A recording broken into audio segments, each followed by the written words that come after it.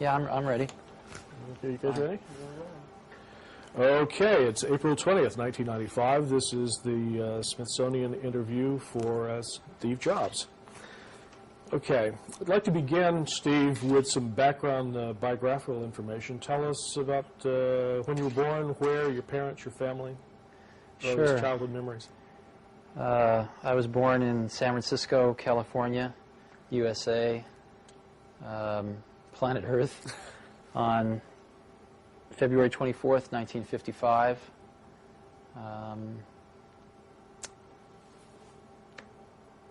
I could go into a lot of details of my youth, but I don't know that anybody would really care about that too much. Only mine in 300 years, because all this print's going to disintegrate. Tell me a little bit about your parents, your family. What are the earliest things you remember? 55, Eisenhower was still president. Yeah, I don't remember him, but I do remember growing up in the, sort of the very late 50s, early 60s. It was a very interesting time in the United States of America. America was sort of at its pinnacle of post-World War II prosperity, I think, and everything had been fairly straight and narrow, from haircuts to culture in every way, and it was just starting to kind of broaden into the 60s where things were going to start expanding out in new directions. But it hadn't quite gone that way, and everything was still very successful, very young. America was seen very, very young and naive in many ways to me, from my memories of that time. Yeah, so you would have been about 5 or 6 years old when John Kennedy was right, I remember president. John Kennedy being assassinated. I remember the exact moment I heard that he had been shot. Where were you when I was walking across the grass of my schoolyard going home at about 3 in the afternoon, and somebody yelled out that the president had been shot and killed. And I must have been about 7 or 8 years old then, I guess. And I knew exactly what it meant.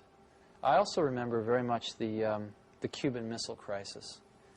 I probably didn't sleep for 3 or 4 nights because I was afraid if I went to sleep I wouldn't wake up. And I absolutely, even at, I guess I was about 6, 7 years old. Yeah. Again, I understood exactly what was going on. I think everybody did. And it was really a terror that I will never forget in my life, and probably has never really left.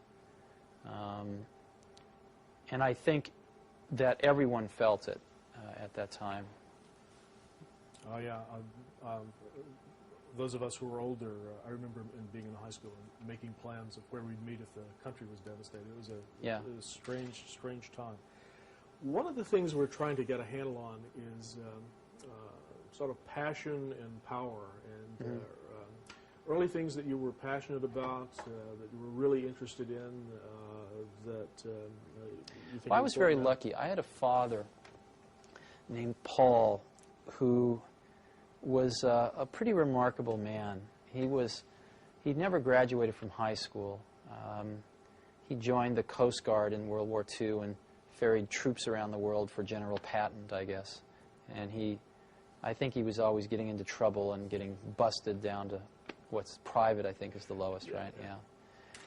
But he was a machinist by trade and worked very hard and was kind of a genius with his hands.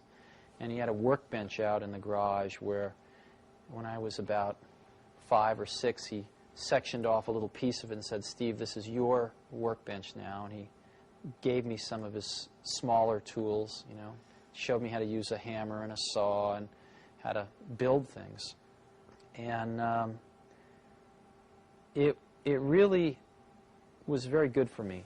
He spent a lot of time with me teaching me how to build things, take things apart, put things back together. And one of the things that he touched upon was electronics. He did not have a deep understanding of electronics himself, but he'd encountered electronics a lot in automobiles and other things that he would fix. So he showed me the rudiments of electronics, and I got very interested in that. And then I grew up in Silicon Valley. My parents moved from San Francisco to Mountain View when I was 5. My dad had gotten transferred. And that was right in the heart of Silicon Valley. So there were engineers kind of all around. And Silicon Valley at that time was still orchards for the most part. I mean, it was apricot orchards and prune orchards. And it was really paradise. I remember there not being... I remember almost every day the air being crystal clear, where you could see from one end of the valley to the other. And this was when you were 6, 7, yeah. 8 years old at right, this time. Exactly. And it was really the most wonderful place in the world to grow up. And there was a man that moved in down the street, maybe about 6 or 7 houses down the block, who was new in the neighborhood with his wife. And it turned out he was an engineer at Hewlett-Packard, and he was a ham radio operator and really into electronics. And what he did to get to know the kids on the block was a rather strange thing. He put out a carbon microphone and a battery and a speaker on his driveway where you could talk into the microphone and your voice would get amplified on the speaker.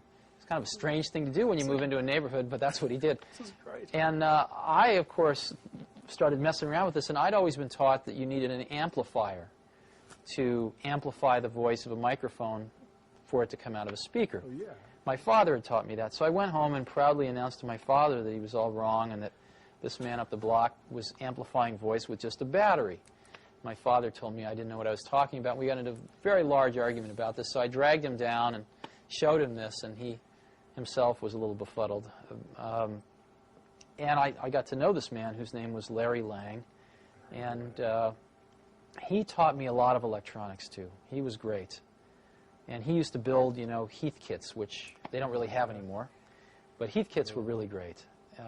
These Heathkits were these products that you would buy in kit form. You'd actually pay more money for them than you would if you just went and bought the finished product, if it was available. But these Heathkits would come with detailed manuals and on how to put this thing together, and all the parts would be laid out in a certain way and color-coded, and you'd actually build this thing yourself. And I would say that gave one several things. It gave one an understanding of what was inside a finished product and how it worked, because it would all include a theory of operation.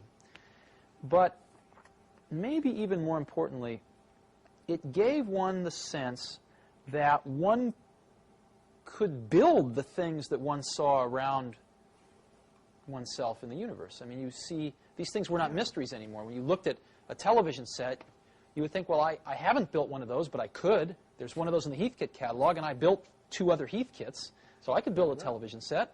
I could build, you know, things became much more clear that they were the results of human creation, not these magical things that just appeared in one's environment and one had no knowledge of their interiors.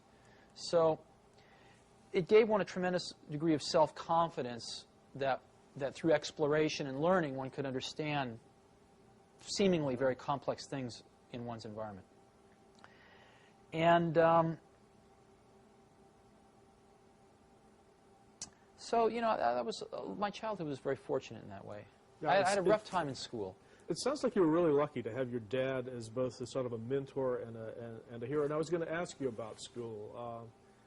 What was the formal side of your education like? Good, bad, school was pretty hard for me at the beginning. My mother had taught me how to read before I got to school, and so when I got there, I really just wanted to do 2 things. I wanted to read books, because I loved reading books, and I wanted to go outside and chase butterflies and do all the things that, you know, 5-year-olds like to do. And I encountered authority of a different kind than I'd ever encountered before, and I did not like it. And they almost got me. They came this close to really beating any curiosity out of me. By the time I was in 3rd grade, I'd had a good buddy of mine, Rick Ferrantino, and the only way we had fun was to create mischief. And we used to do things like, I remember one time we traded everybody, there was a big bike rack where everybody put their bikes, maybe 100 bikes in this bike rack, and we traded everybody our lock combinations for theirs on an individual basis, and then went out one day and put everybody's lock in everybody else's bike, and it took them until about 10 o'clock that night to get all the bikes unsorted and stuff like that. We'd set off explosives in teachers' desks and stuff, and it was pretty serious. We got kicked out of school a lot, and in 4th grade I encountered one of the other saints in my life, which was they discovered they were going to put me and this guy Rick Ferrantino into the same 4th grade class, and the principal said at the last minute, no, bad idea, separate them. So this teacher, Mrs. Hill, said, I'll take one of them, and she taught the advanced 4th grade class, and thank God I was the random one that got put in her class. And she watched me for about 2 weeks, and she then approached me. She said, Stephen, I'll tell you what, I'll make you a deal. I have this math workbook, and if you take it home and finish it on your own without any help, and you bring it back to me, if you get it 80% right, I will give you $5 and one of these really big suckers. She bought it. She held it out in front of me, one of these giant things. And I looked at her like, are you crazy, lady? You know, nobody's ever done this before.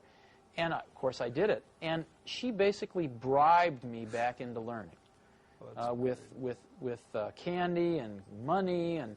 And what was really remarkable was that, you know, before very long I had such a respect for her that I sort of reignited my desire to learn.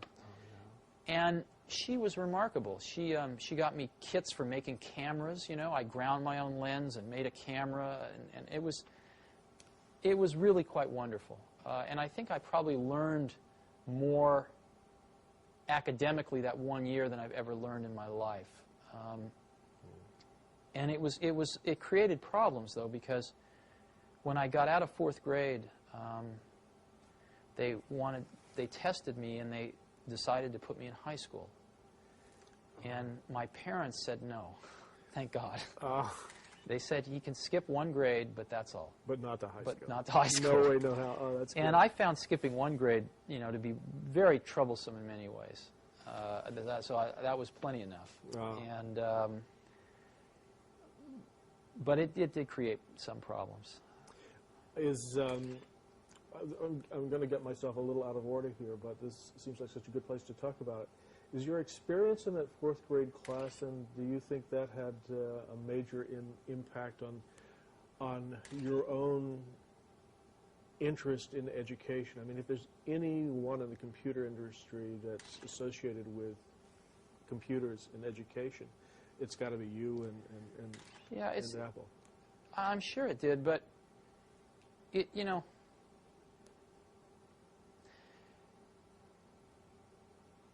I'm a very big believer in equal opportunity as opposed to equal outcome. I don't believe in equal outcome because, unfortunately, life's not like that, and it'd be a pretty boring place if it was. But I really believe in equal opportunity, and equal opportunity to me, more than anything, means a great education. Probably, you know, the second, maybe even more important is a great family life, but I don't know how to do that. I don't think anybody knows how to do that. But it pains me because we do know how to provide a great education. We really do. If we got our act together, we could make sure that every young child in this country got a great education. And we fall far short of that. And I know from my own education that if I hadn't encountered 2 or 3 individuals that spent extra time with me, I'm sure I would have been in jail. I'm 100% sure if it hadn't have been for Mrs. Hill in 4th grade and a few others, but maybe even especially her, I absolutely would have ended up in jail. Because I could see those tendencies in myself to sort of have a certain energy to do something, and it could have been directed to doing something interesting that other people thought was a good idea, or doing something interesting that other people maybe didn't like so much. Put you in jail, right? And so, I think when you're young, a little bit of course correction goes a long way. And I think it takes pretty talented people to do that.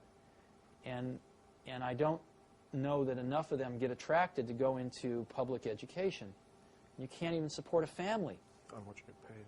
On what you get paid. And if you're smart, I sort of feel if somebody's smart enough that you want to turn your kids over to them for the majority of their childhood. I mean, the majority of their waking hours in their childhood are spent not with your parents, but with your teachers. Sure. I'd like the people that are teaching my kids to be good enough that they could get a job at the company I work for making $100,000 a year. Mm-hmm. Well, why should they work at a school for $35,000, $40,000 a year if they could get a job here at $100,000 a year? Absolutely. I mean, that's not is that an intelligence test? I mean, exactly. I think we should basically be hiring them and paying them $100,000 a year. But the problem there, of course, is the unions. The unions are the worst thing that ever happened to education.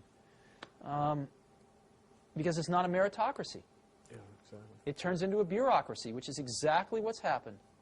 And teachers can't teach, and administrators run the place, and nobody can be fired. It's terrible.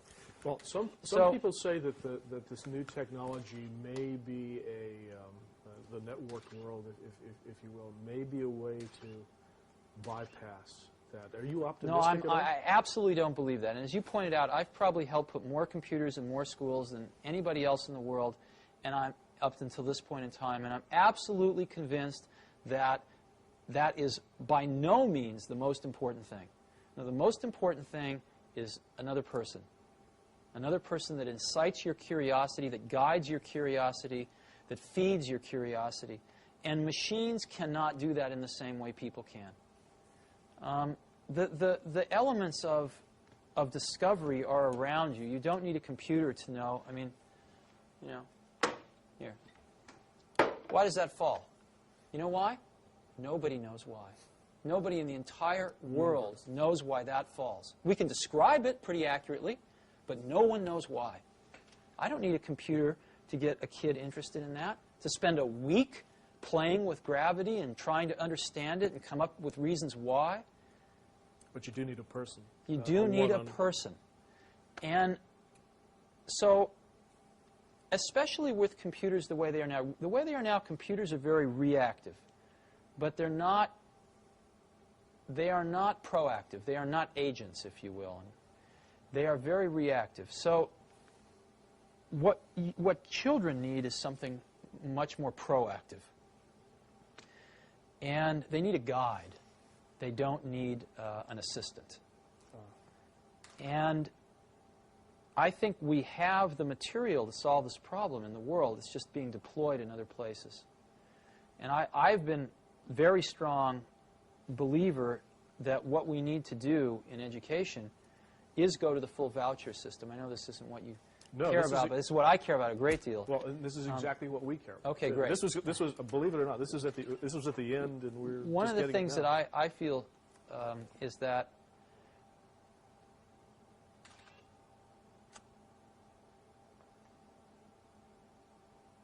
right now, you know, if you ask who are the customers of education, the customers of education are the society at large, employers that hire people, right, things like that. But ultimately, I think the customers are the parents, not even the students, but the parents. And the problem that we have in this country is that the customers went away. The customers stopped paying attention to their schools for the most part. And gave their kids to the... Well, what happened was that mothers started working. And they didn't have time to spend at PTA meetings and watching their kids' school. Schools became much more institutionalized. And parents spent less and less and less time involved in their kids' education. And what happens when a customer goes away and a monopoly gets control, which is what's happened in our country, is that the service level almost always goes down. I remember seeing a bumper sticker when the telephone company was all one, AT&T, the Bell system. I remember seeing a bumper sticker with the Bell logo on it, and it said, "We don't care. We don't have to." You know? And that's what a monopoly is. Sure. That's what IBM was in their day, and that's certainly what the public school system is. They don't have to care. Now, it turns out, let's go through some economics. The most expensive thing most people buy in their lives is a house. Second most expensive thing is a car, usually. And a car costs, average car is approximately about $20,000 now, $16,000, $20,000. And an average car lasts about, what, 8 years? Right? You buy another one? Yeah. So approximately, $2,000 a year, right, for an 8-year commitment. Well, your child goes to school, right, approximately 8 years in K through 8, right? Right. You don't like to switch schools. It's about an 8-year commitment. What does the state of California spend per pupil per year? I have no idea. In a public school? I have no idea. What they spend per year per pupil is about $4,400. Wow. Okay? Over twice as much as a car.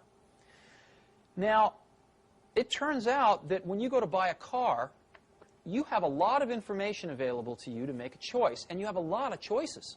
Oh, yeah. I mean, General Motors and Ford and Toyota and Chrysler and Nissan, they are advertising at me like crazy. I can't get through a day without seeing 5 car ads.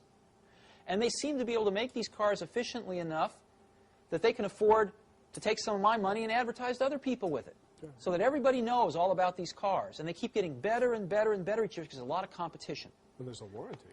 And there's a warranty, that's right.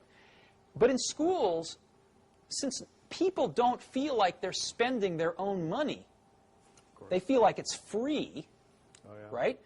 No one does any comparison shopping. Matter of fact, if you want to put your kid in a private school, you can't take the $4,400 a year out of the public school and use it. You have to come up with, you know, $5,000 or $6,000 of your own, or even $4,400 of your own money. Sure. Or more. I believe very strongly that if the country gave each parent a voucher, a check for $4,400 that they could only spend at any accredited school, that several things would happen. Number one, schools would start marketing themselves like crazy to parents to get students. Secondly, I think you see a lot of new schools starting. I've suggested as an example, if you go to Stanford Business School, they have a public policy track. They could start a school administrator track. So you could get a bunch of people coming out of college, tying up with somebody who just got out of business school. They could be starting their own schools. Sure. You could have 25-year-old kids out of college, very idealistic, full of energy. Instead of starting a Silicon Valley company, they'd start a school. And I believe they would do far better than many of our public school teachers do. The third thing you'd see is I believe that you would see the quality of schools, again, just like in a competitive market, start to rise. Some schools would go broke. A lot of the public schools would go broke. There's no question about it. It would be rather painful for the first several years. And deservedly so. But I think far less painful than the kids going through the system as it is right now. And some people, the biggest complaint is, of course, that schools would pick off all the good kids and all the bad kids would be left to wallow together in either a private school or the remnants of the public school. To me, that's like saying, well, all the car manufacturers are going to make BMWs and Mercedeses and nobody's going to make a $10,000 car. Well, I think the most hotly competitive market right now is the $10,000 car area. You've got all the Japanese playing in it. You've got General Motors that spent $5 billion subsidizing Saturn so far so that they can compete in that market. You've got Ford, which has just introduced 2 new cars in that market. You've got Chrysler with the Neon. So you're spending $32,000 and you're getting a $500 used car in some cases. The market competition model seems to indicate that where there is a need, there is a lot of providers willing to tailor their products to fit that need, and a lot of competition which keeps forcing them to get better and better. So I think the problems we've got, I used to think when I was in my 20s that technology was the solution to most of the world's problems. And unfortunately, it ain't so. It's sort of, I'll give you an analogy. A lot of times we think, why is television programming so bad? Why are television shows so demeaning, so poor? And the first thought that occurs to you is, well, there's a conspiracy. The networks are feeding us this slop because it's cheap to produce, because of this, because of that. It's the networks that are controlling this, and they are feeding us this stuff to try to dumb down the American public. But the truth of the matter, of course, if you study it in any depth, is the networks absolutely want to give people what they want so that they watch the shows. If people wanted something different, they would get it. And the truth of the matter is, the shows that are on television because that's what people want. The majority of the people in this country want to turn on the television and turn off their brain. And that's what they get. And that's far more depressing than a conspiracy. Conspiracies are much more fun than the truth of the matter, which is that a vast majority of the American public are pretty mindless most of the time. I think the school situation is equally, there's a parallel here when it comes to technology. It is so much more hopeful to think that technology can solve the problems that are really more human and more organizational and more political in nature. And it ain't so. we need to attack these things at the root, which is people, and how much freedom we give people, the competition that will attract the best people. Unfortunately, the side effect of pushing out a lot of 46-year-old teachers that lost their spirit, 15 years ago and shouldn't be teaching right now. So I think I feel very strongly about this. And I wish it was as simple as giving every kid a computer, but it won't work. Yeah, and I'm really glad we had a chance to talk about it up front.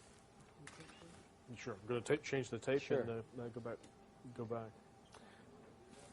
I'm sorry? I'm sure the NEA will grab.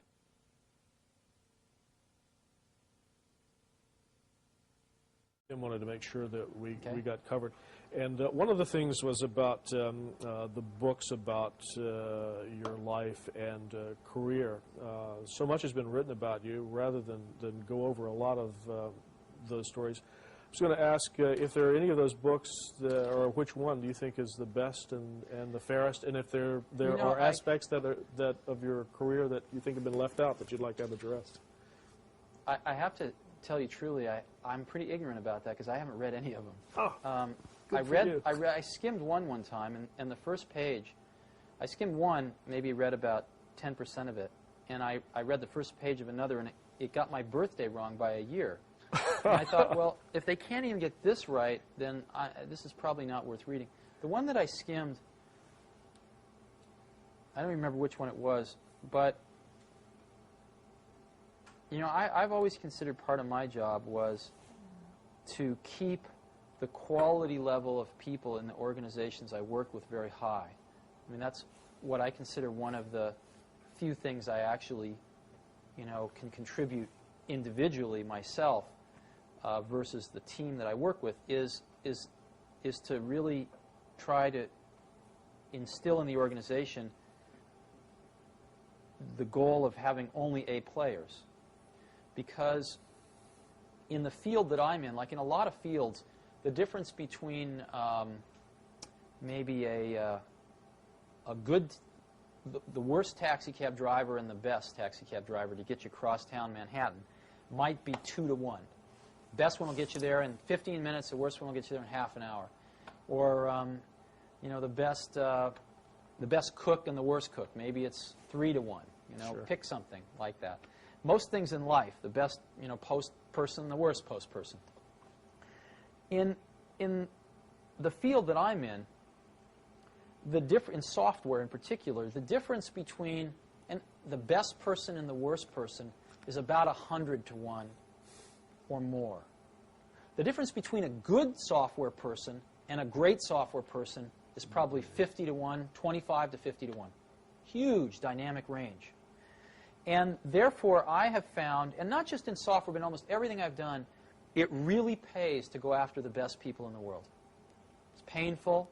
It's very painful when you have some people that are not the best people in the world, and you have to get rid of them. To tell them. But I found that my job has sometimes been exactly that, to get rid of some of the people that didn't measure up. And I've always tried to do it in a humane way, but nonetheless, it has to be done, and it's not ever fun. Is that the hardest and most painful part of managing a company from your point of view? Oh, sure, of course. And so, but I've been, at times I've been pretty hard about it. And a lot of times people haven't wanted to leave, and I haven't given them any choices. So if somebody wanted to write a book about me, most of my friends would never talk to them, but they could go find, the handful of a few dozen people that I'd fired in my life that hated my guts. And that was certainly the case in this one book I skimmed. I mean, it was just, let's throw the darts at Steve. Oh, yeah. And, such is life. I mean, that's the sort of the world I've chosen to live in. And if I didn't like that part of it enough, I'd escape, and I haven't. So I'm willing to put up with that. But I certainly didn't find it very accurate. Okay, then this gives us a golden opportunity then to let you tell your own story for a while. And I've got a couple of questions I wanted to ask you about specifically about your experience at Apple. I mean, looking back at the years you were there, what, in your own view, were the accomplishments that you were most proud of? Are there a couple of Apple stories that you really like to tell? Oh, Apple was this incredible journey. I mean, we did some amazing things there. The thing that bound us together at Apple was not, it was the ability to make things that were going to change the world. That was very important to all of us. And we were all pretty young. The average age of the company was, mid to late 20s. And we were, hardly anybody had families, certainly at the beginning, and we all worked like maniacs. And the greatest joy was that we felt we were fashioning sort of collective works of art, much like, 20th century physics or anything that, something important that would last, that a lot of people contributed to.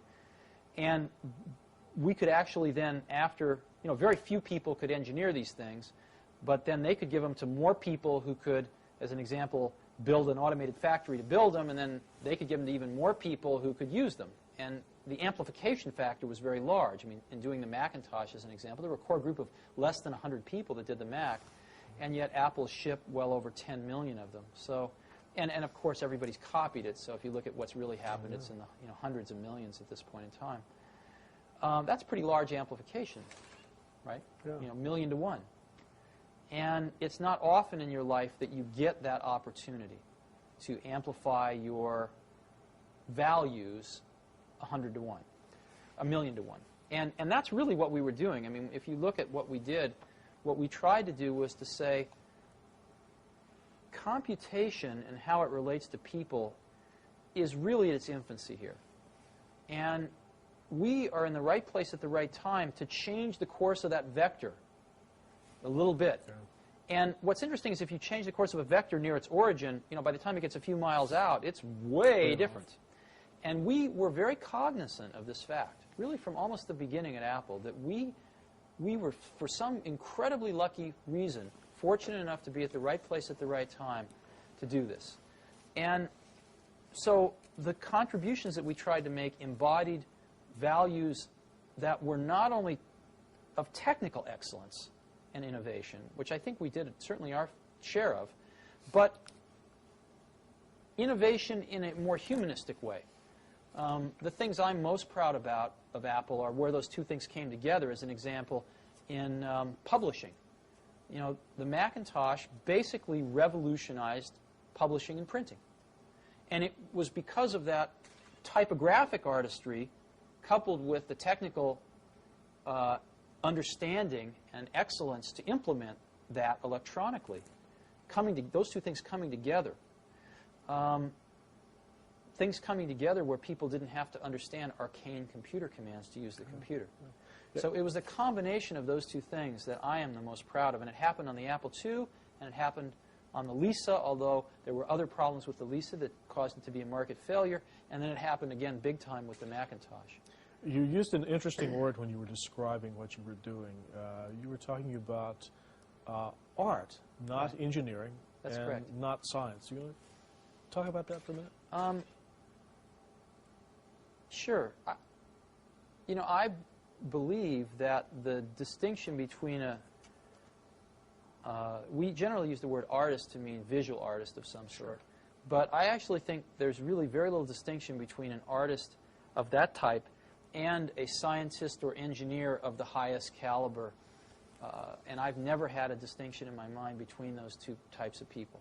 They've just, to me, been people that pursue different paths, but basically kind of headed to the same goal, which is to express something of what they perceive to be the truth around them, so that others can see it, so that others can benefit by it. And the artistry is in the elegance of the solution, like chess playing or mathematics? No, I think the artistry is in having an insight into what one sees around them, generally putting things together in ways that no one else has, and finding a way to express that to other people who don't have that same insight, so that they can get some of the advantage of that insight that makes them feel a certain way or allows them to do a certain thing. And I think that certainly a lot of the folks on the Macintosh team were capable of doing that and did exactly that. And if you study these people a little bit more, what you'll find was, in this particular time, I don't know how it will be in 200 years, but certainly in the 70s and 80s, the best people in computers would have normally been poets and writers and musicians. I mean, almost all of them were musicians. A lot of them were poets on the side. And they went into computers because it was so compelling, because it was fresh and new, and it was a new medium of expression of their creative talents. And the feelings and the passion that people put into it were completely indistinguishable from a poet or a painter. Completely indistinguishable. And I think there was a tremendous amount of, a lot of the people also were fairly shy people, or maybe fairly inward people, who put a lot of their expression about how they felt about other people or the rest of humanity in general into their work that other people would use. A lot of people put a lot of love into these products and a lot of expression of their appreciation into these things. It's hard to explain. No, it's passion in the truest sense of the word. So it's, and I don't think this is becoming less true, unfortunately. The computer industry is at a very critical juncture where those people are clearly leaving the field now. What are they doing? Well, where are they going? Hard to say. They're not being attracted by something else. They're being driven out of the computer business. And they're being driven out of the computer business because the computer business is becoming a monopoly with Microsoft. And without getting into whether Microsoft gained this position legally or not, who cares? The end product of the position is that the ability to innovate in the industry is being sucked out dry. And I think the smartest people have already seen some of the writing on the wall and are starting to exit. And I think some of the smartest young people are really bailing out, questioning whether they're going to even get in. Yeah. So hopefully things will change over time, but I think it's kind of a dark period right now. We're entering that. Well, Apple had a reputation as a company that absolutely broke a mold and set its own course. Looking back from where you are today with Next, do you think, with what you know now, that as Apple grew big, it could have sustained that original approach? Or did it have to become a big standard American computer company? Funny question. Apple did grow big and sustain that approach. When I left Apple, it was a $2 billion company. I mean, that's not too small. We were Fortune 300 and something, like the 350th largest company in the country. When the Mac was introduced, we were a $1 billion corporation. So Apple, grew from nothing to $2 billion when I was there. That's a pretty high growth rate. And it grew 5 times since I left, basically on the back of the Macintosh. So I think what's happened since I left in terms of growth rate's been trivial compared with what it was like when I was there. No, what ruined Apple wasn't growth. What ruined Apple was values. John Sculley ruined Apple, and he ruined it by bringing a set of values to the top of Apple which were corrupt. And that corrupted some of the top people that were there, drove out some of the ones that were not corruptible, and brought in more corrupt ones. And paid themselves, literally, collectively, tens of millions of dollars. And cared really more about their own glory and wealth than they did about what built Apple in the first place, which was making great computers for people to use. They didn't care about that anymore. And they didn't have a clue about how to do it. And they didn't take any time to find out, because that's not what they cared about. They cared about making a lot of money. And so they had this wonderful thing that a lot of very brilliant people made called the Macintosh, and they got very greedy.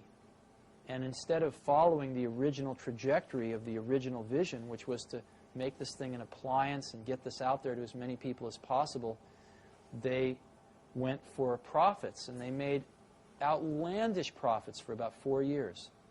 One of the most profitable companies in America for 4 years. And what that cost them was their future. Because what they should have been doing is making rational profits and going for market share, which is what we'd always tried to do. And Macintosh would have had a 33% market share right now, maybe even higher. Maybe it would have been Microsoft, but we'll never know.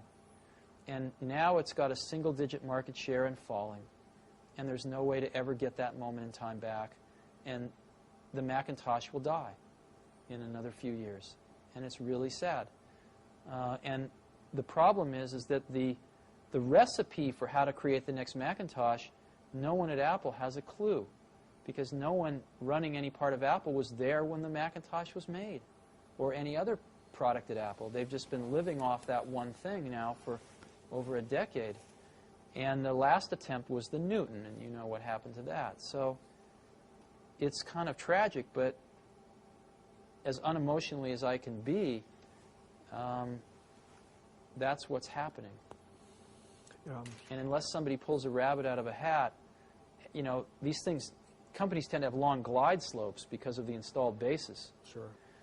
But Apple's just gliding down this glide slope, and they're losing market share every year. And things start to spiral once you get under a certain threshold. Developers no longer write applications for your computer, so you know, then it really starts to spiral down. Sure. Well, this obviously, I mean, there's obviously still a lot of emotional attachment to. Oh, sure. To Apple. I want Apple to live forever and keep shipping great products forever. And I mean, Apple could have been Apple was for a while like a Sony. It was the place that made the coolest stuff.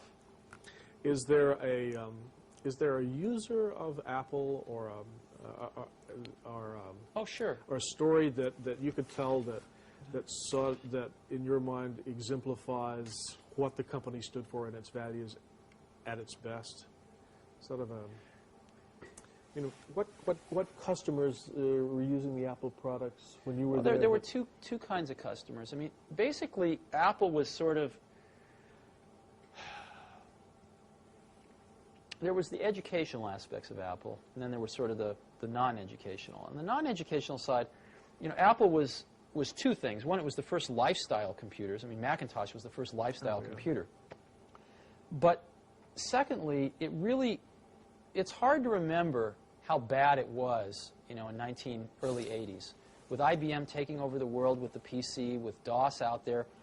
It was far worse than the Apple II. And they tried to copy the Apple II, and they'd done a pretty bad job, and you needed to know a lot. And so things were kind of slipping backwards. And Macintosh was, you saw the 1984 commercial. Oh, yeah. I hope you have that in your archives. You know, Macintosh was basically this relatively small company, you know, in Cupertino, California, taking on the Goliath, IBM, and saying, wait a minute, your way is wrong. This is not the way we want computers to go. This is not the legacy we want to leave. This is not what we want our kids to be learning. This is wrong, and we are going to show you the right way to do it. And here it is. It's called Macintosh, and this is so much better that it's going to beat you. And we are going to do it. Oh, yeah. And that's what Apple stood for, was that. And that was one of the things. The other thing was, you can go a little further back in time, and you know, Apple IIs, one of the things that built Apple was schools buying Apple IIs. But even so, there was, I think, only about 10% of the schools that had a computer, even one computer in them, in 1979, I think it was. And when I grew up, I was, again, lucky because I was in Silicon Valley. When I was 12, I think I saw my first computer. 10 or 11, maybe 11 or 12. It was down at NASA Ames. And I didn't see the computer. I saw a terminal, and there was theoretically a computer on the other end of the wire. And I fell in love with it. And I saw my first desktop computer at Hewlett-Packard, which was one of their, it was called the 9100A. It was the first desktop computer in the world. Ran BASIC and APL, I think. And I fell in love with them. And I thought, as we looking at these statistics in 1979, I thought, you know, if there was just one computer in every school, some of the kids would find it, you know. Yeah. If it was just there, someone will find it, and it will change their life. And we saw the rate at which this was happening and the rate at which the school bureaucracies were deciding to buy a computer per school, and it was so slow that we realized that a whole generation of kids was going to go through the school system before they even got their first computer. So we thought, the kids can't wait for this, basically. And we wanted to donate a computer to every school in America. It turns out there's about 100,000 schools in America, about 10,000 high schools, about 90,000 K through 8. And we couldn't afford that as a company. So we studied the law, and it turned out that there was a law already on the books, in a national law, that said if you donate a piece of scientific instrumentation or computer to a university for educational and research purposes, you can take an extra tax deduction for that. That basically means you don't make any money, you lose some, but you don't lose too much. You lose about 10%. And we thought if we could apply that law, if we could enhance that law a little bit to extend it down to K through 8 and remove the research requirements, so it just was educational, then we could give 100,000 computers away, one to each school in America, and it would cost our company $10 million. Which was a lot of money to us at that time, but it was a lot less than the $100 million it would cost us if we didn't have that. And we decided we were willing to do that. And we actually, it was the most incredible thing, one of the most incredible things I've ever done. We found our local representative, a guy named Pete Stark, over in, I think it was East Bay. And Pete and a few of us sat down and we wrote a bill. We literally drafted a bill to make these changes. And we committed. We said if this law changes, we will donate 100,000 computers at a cost of $10 million to us. And we called it the Kids Can't Wait bill. And Pete Stark introduced it in the House, and Senator Danforth introduced it in the Senate. And I refused to hire any lobbyists. And I went back to Washington myself, and I actually walked the halls of Congress for about 2 weeks. And it was the most incredible thing. I met probably 2/3 of the House and over half of the Senate myself and sat down and talked with them. And it was very interesting. I found the House members were routinely less intelligent than the Senate members. And they were much more knee-jerk to their constituency, which I found initially quite offensive. But I came to understand that maybe that's a really good idea. Maybe that's the way the framers wanted it. They weren't supposed to think too much. They were supposed to represent. Maybe the senators were supposed to think a little more. But it's a precursor of... It was very interesting. Anyway, the bill passed the House with the largest favorable majority of any tax bill in the history of this country. Okay? Wow. What happened was, it was during Carter's lame duck session, and Bob Dole, who was then the Speaker of the House, killed it. He would not bring it to the floor. And we ran out of time. And so we would have had to have started the entire process over the next year. And I gave up. I said, this is crazy. However, fortunately, something unique happened.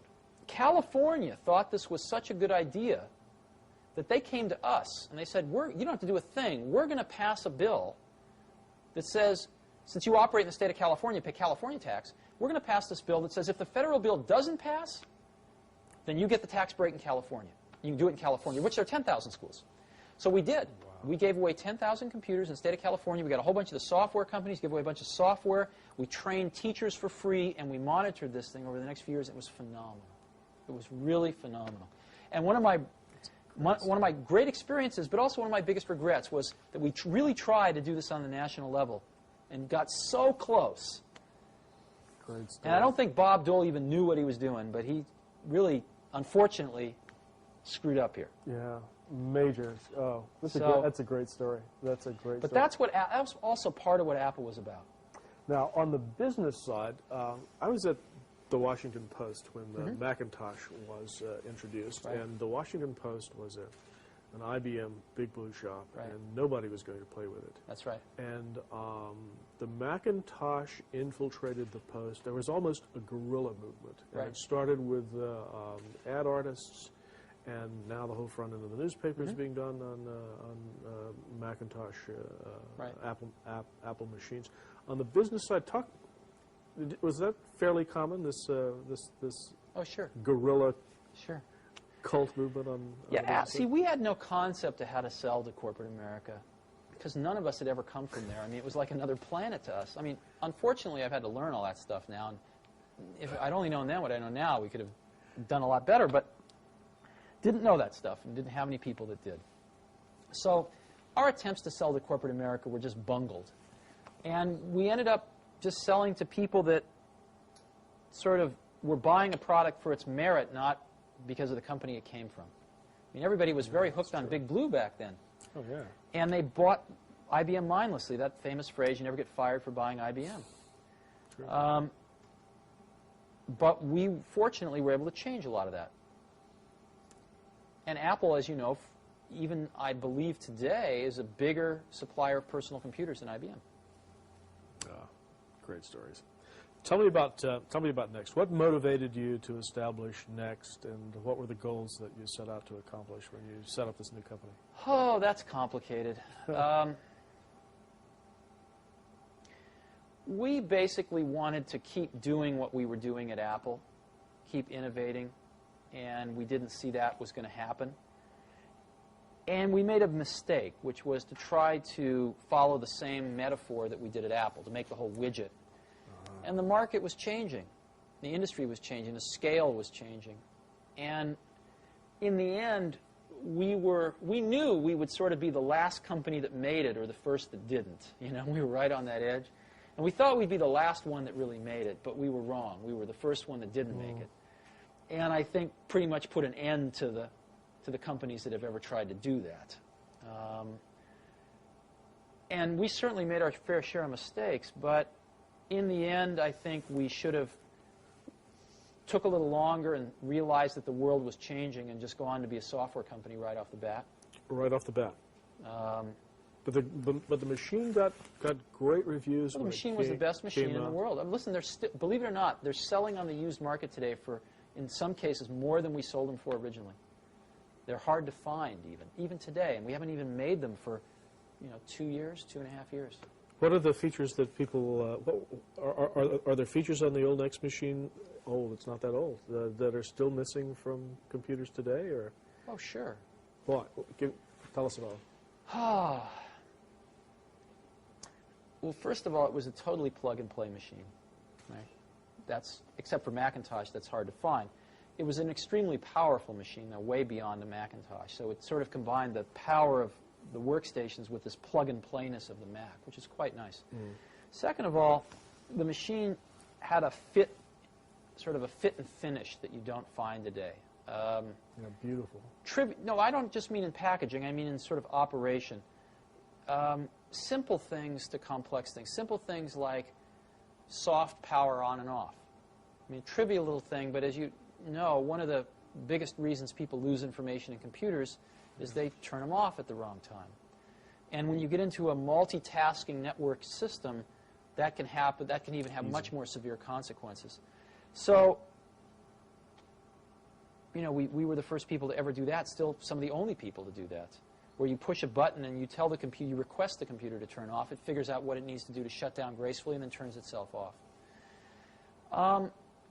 Of course, the NeXT computer was the first computer with built-in, high-quality sound, CD-quality sound, and most people do that now, which is great. It took them a long time, but most people do that now. Yeah, just ahead of its time. Yeah, just ahead of its time. But change the tape. I need. Ready to roll? Tell me about the NeXTSTEP software. What makes it different? What trends does it respond to? That's the real gem. I'll tell you an interesting story. When I was at Apple, a few of my acquaintances said, you really need to go over to Xerox PARC, which was Palo Alto Research Center, PARC, and see what they've got going over there. Now, they didn't usually let too many people in, but I was able to get in there and see what they were doing, and I saw their early computer called the Alto, which was a phenomenal computer. And they actually showed me 3 things there that they had working in 1976. I saw them in 1979.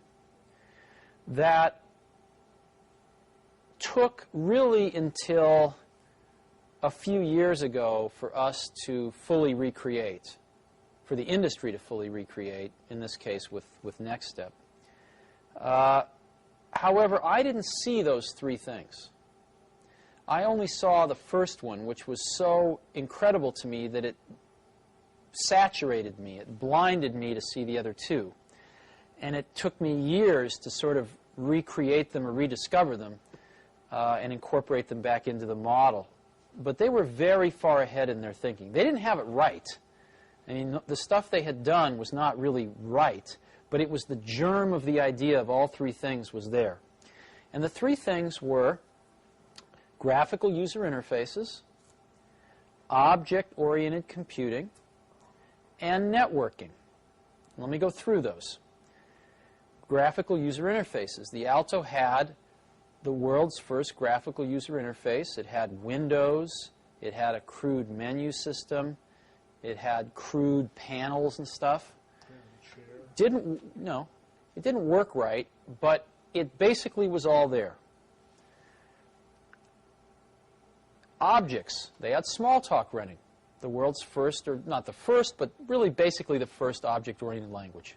Simula was sort of the first, but Smalltalk was the first official object-oriented language. Third, networking.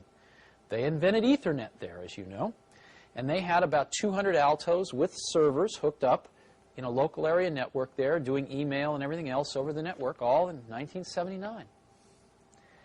I was so blown away with the potential of the germ of that graphical user interface stuff I saw that I didn't even assimilate or even stick around to investigate fully the other 2. What NextStep was the completion of turning some of that vision into a reality, incorporating the world's first truly commercial object-oriented system, NextStep, and really for its time being the most networked system in the world when it came out.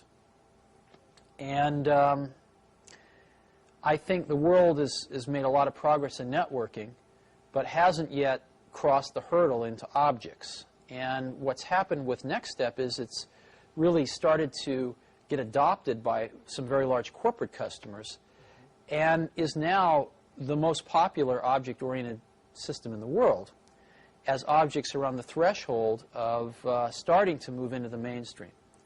And so the company last year recorded its first profit in its 9 years history and sold $50 million worth of software. I think we're going to have some significant growth this year. And it's fairly clear that Next can get up to being a few $100 million software company in the next 3 or 4 years and be the largest company offering objects until Microsoft comes into the market at some point in time, probably with a pretty half-baked product. Some people say that in the future, object-oriented software is going to be the only kind of... of course that's true. Yeah, the minute... I remember it being at Xerox in 1979 because it was one of those sort of apocalyptic moments. Yeah. I remember within 10 minutes of seeing the graphical user interface stuff, just knowing that every computer will work this way someday. I mean, it's so obvious once you saw it. It didn't require tremendous intellect. If you just looked at it, of course, every computer is going to work this way. This is so clear. The minute you understand objects, it's exactly the same feeling. All software will be written using object-oriented technology someday. You can argue about how long it's going to take, i.e. when. You can argue about who the winners and losers are going to be. But I don't think a rational person can argue about its inevitability. Give me your thoughts on the current status and the future of the Internet and the commercial online services and how they're affecting computer development.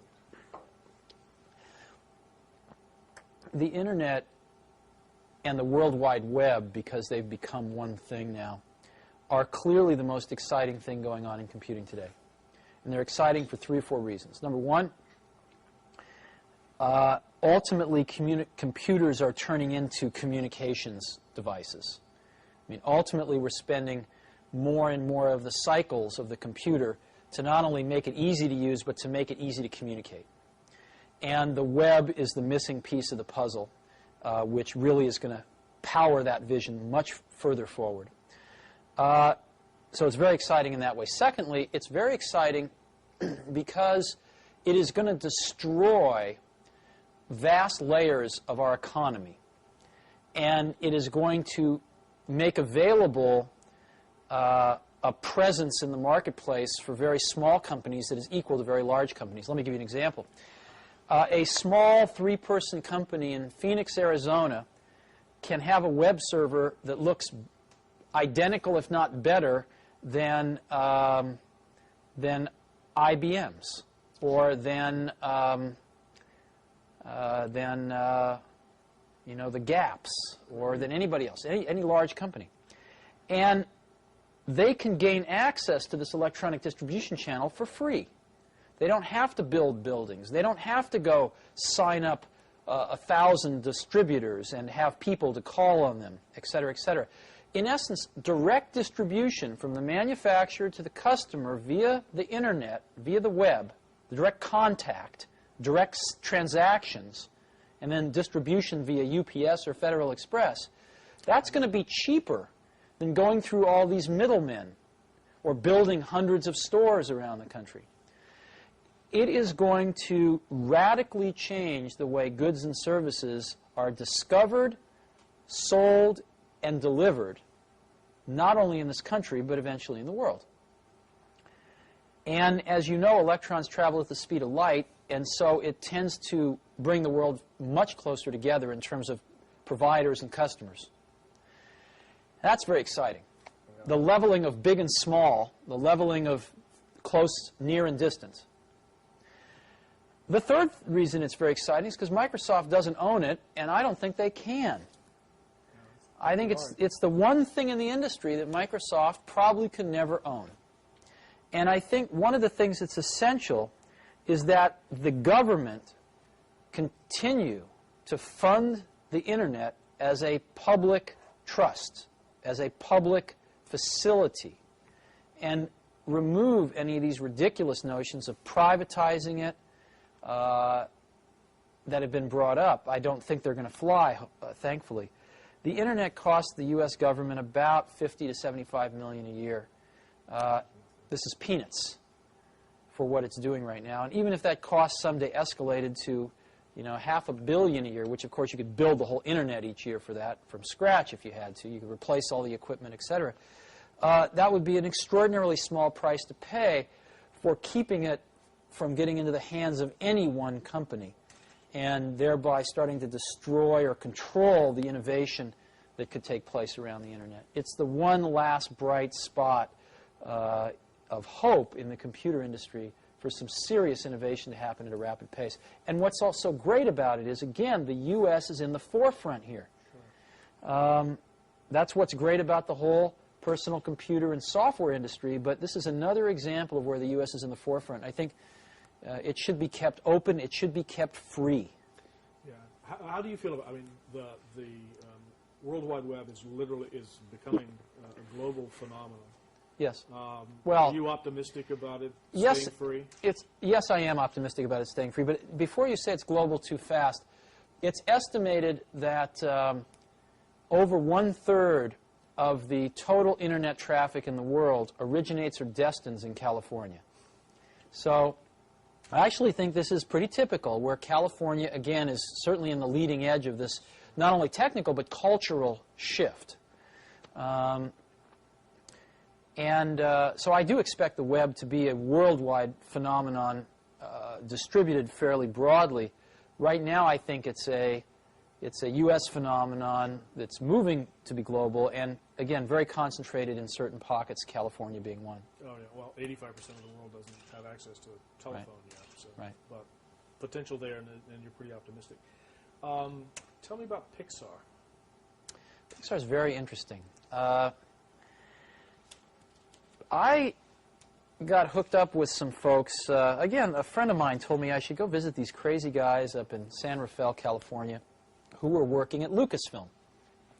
Now, George Lucas, whom you know, produced the Star Wars film trilogy, was a smart guy. And at one point, when he had a lot of money coming in from these films, realized that he ought to start a technology group. He had a few problems he wanted to solve. Let me give you an example of one. When you make a copy of an analog audio recording, like a tape cassette to another tape cassette, you pick up noise artifacts. In this case, hiss on the tape. If you make a second-generation copy, it gets worse exponentially. The same is true of optical analog copies. If you take a piece of film, make an optical copy, you pick up noise artifacts, in this case optical noise, which comes across as blurriness in some cases, comes across as other noise artifacts in other cases.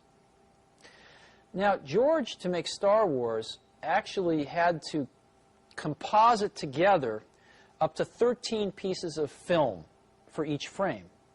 The matte paintings for the backgrounds might be a few pieces of film. The models might be a few pieces of film. The live action might be a few pieces of film. Some special effects might be a few pieces of film. And every time he'd make a copy to composite two together, then add a third, then add a fourth, he was adding noise artifacts in each generation. And if you go buy a Laserdisc of any of the Star Wars movies and you stop it on some of the frames, they are really grungy, incredibly noisy, very bad quality. George, being the perfectionist he was, who figured out how to do this at all, said, I'd like to do it perfectly. I'd like to do it digitally, and nobody had ever done that before.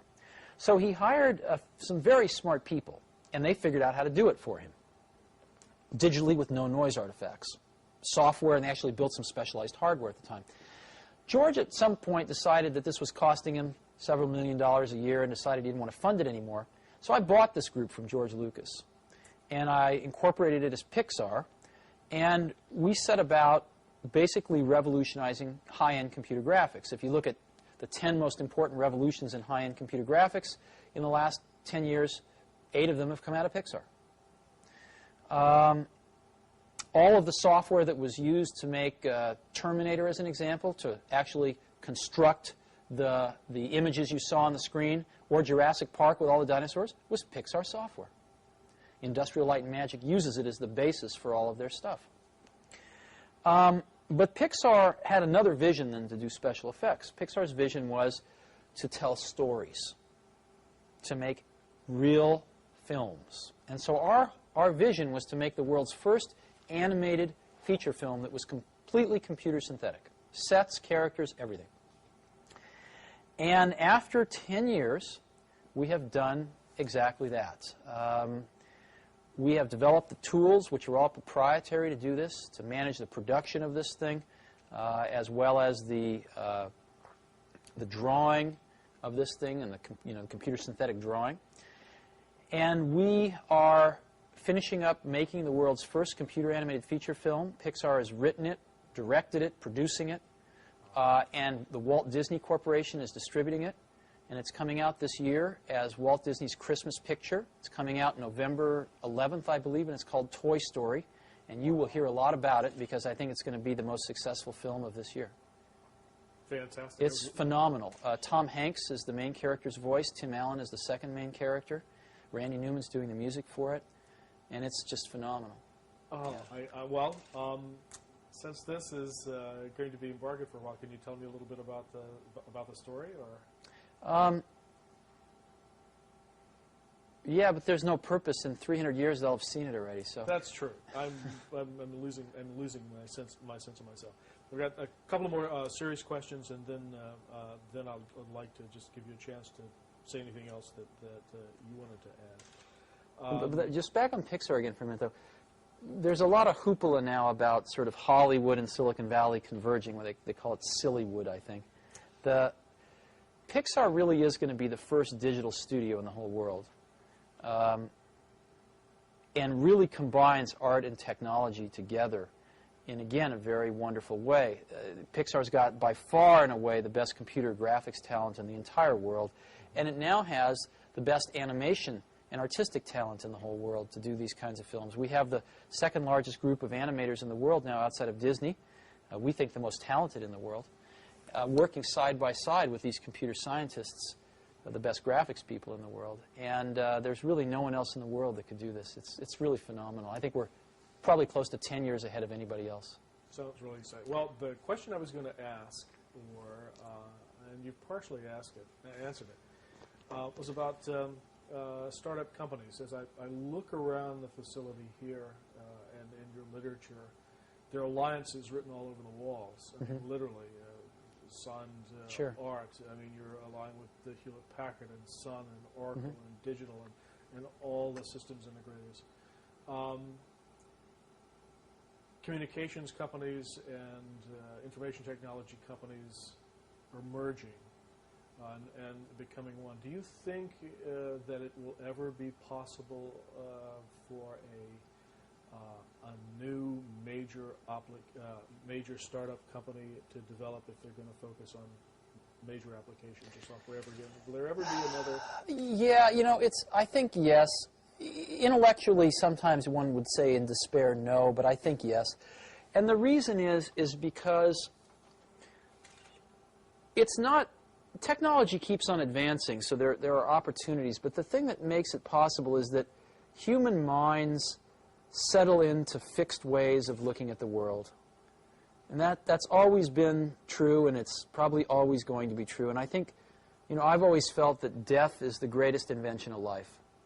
I'm sure that life evolved without death at first, and found that without death, life didn't work very well, because it didn't make room for the young who didn't know how the world was 50 years ago, who didn't know how the world was 20 years ago, but who saw it as it is today without any preconceptions, and saw and dreamed how it could be based on that, who were not satisfied based on the accomplishments of the last 30 years, but who were dissatisfied because the current state didn't live up to their ideals.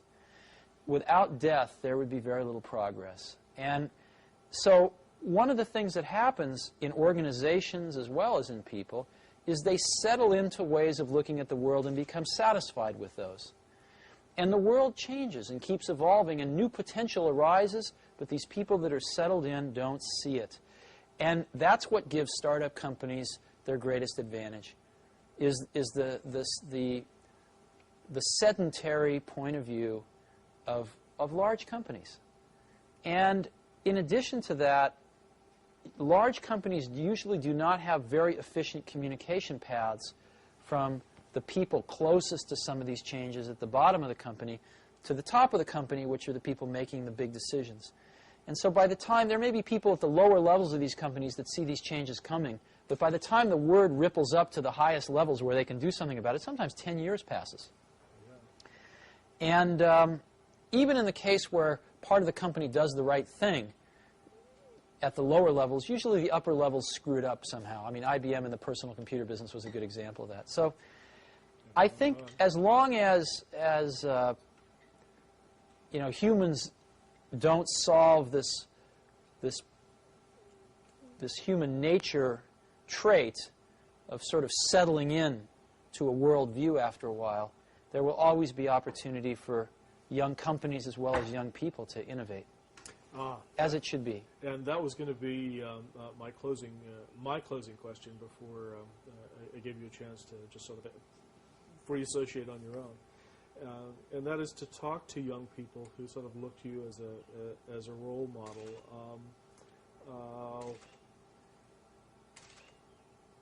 Opportunities for innovation you think are still possible.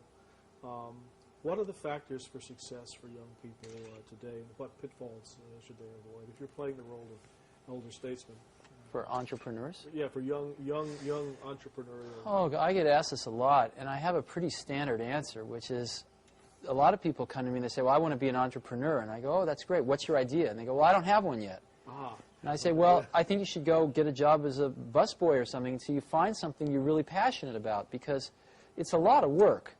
And I'm convinced that about half of what separates the successful entrepreneurs from the non-successful ones is pure perseverance. It is so hard. You pour so much of your life into this thing. There are such rough moments in time that most people give up. I don't blame them. I mean, it's really tough, and it consumes your life. I mean, if you've got a family and you're in the early days of a company, I can't imagine how one could do it. I'm sure it's been done, but it's rough. I mean, because it's pretty much an 18-hour-a-day job, 7 days a week for a while. So unless you have a lot of passion about this, you're going to not survive. You're going to give it up. So you got to have an idea or a problem or a wrong that you want to right that you're passionate about. Otherwise, you're not going to have the perseverance to stick it through. And I think that's half the battle right there. Well, I lied, because your talking made me think of the other side of that. We talked about the passion side. What would you say? There's passion and there's power.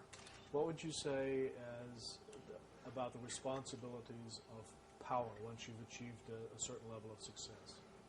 Power? Yeah.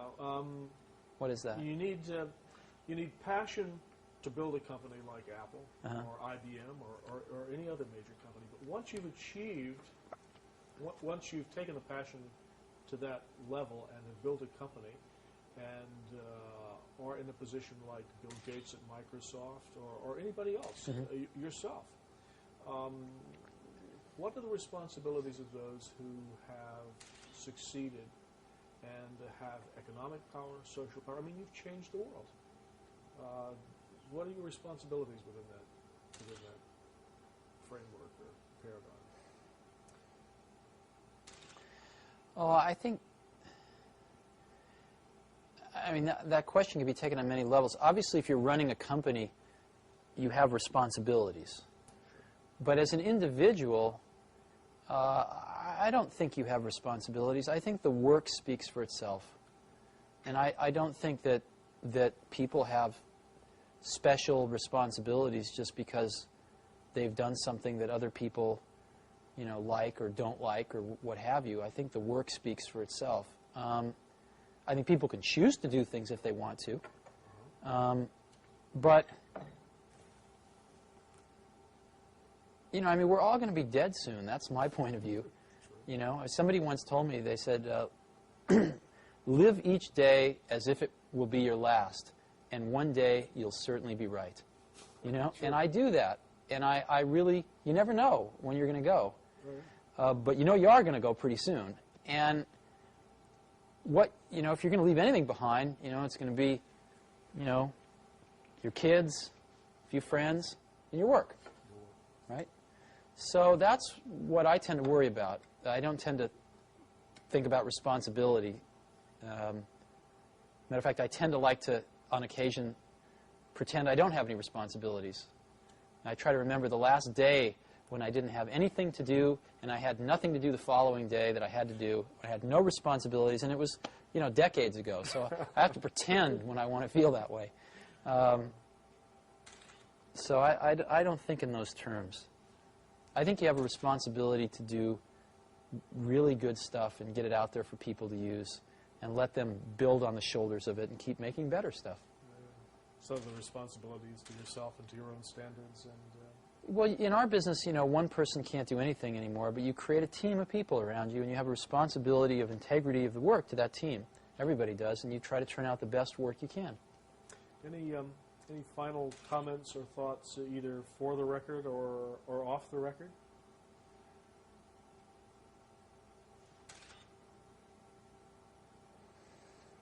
No, not really. Time frame's an interesting thing when you think about people. Looking back, I do think when people look back on this in 100 years, they're going to see this as a remarkable time in history. It's incredibly, and especially this area, believe it or not. I mean, I think when you look at the innovation that's come out of this area, just this Bay Area, Silicon Valley and the whole San Francisco, Berkeley Bay Area, you know, you've got the invention of the integrated circuit, the invention of the microprocessor, the invention of semiconductor memory, right? Certainly the invention of the modern hard disk drive, the invention of the floppy disk drive, the invention of the modern floppy disk drive. Those were invented at IBM, the hard disk and the floppy disk, but the commercialization of those things. The invention of the personal computer, the invention of genetic engineering, the invention of object-oriented technology, the invention of graphical user interfaces at PARC, followed by Apple, the invention of networking. All that happened in this Bay Area. Isn't that incredible? Yeah. Why do you think it happened? Why here? Why here? This place, this 2 or 3 reasons. This place is a remarkable place, actually. I mean, you have to go back a little bit in history. I mean, this is where the beatnik era happened, you know, San Francisco. It was a pretty interesting thing. This is where the hippie movement happened. This is the only place in America where rock and roll really happened, right? It's all the bands. I mean, most of the bands in this country, outside of Bob Dylan in the 60s, I mean, they all came out of here. Everything from Joan Baez to, you know, Jefferson Airplane to the Grateful Dead. I mean, everything came out of here. Janis Joplin, Jimi Hendrix. Everybody. Why is that? That's a little strange when you think about it. And then you've also had Stanford and Berkeley, 2 awesome universities, drawing smart people from all over the world and depositing them in this clean, sunny, nice place where there's a whole bunch of other smart people and pretty good food, right? And, you know, at times a lot of drugs and a lot of fun things to do. So they stayed. And so there's a lot of human capital pouring in here, right? A lot of human capital. Really smart people. The average, you know, people seem pretty bright here relative to the rest of the country. And people seem pretty open-minded here relative to the rest of the country. And I think it's just a very unique place. And I think it's got the track record to prove it.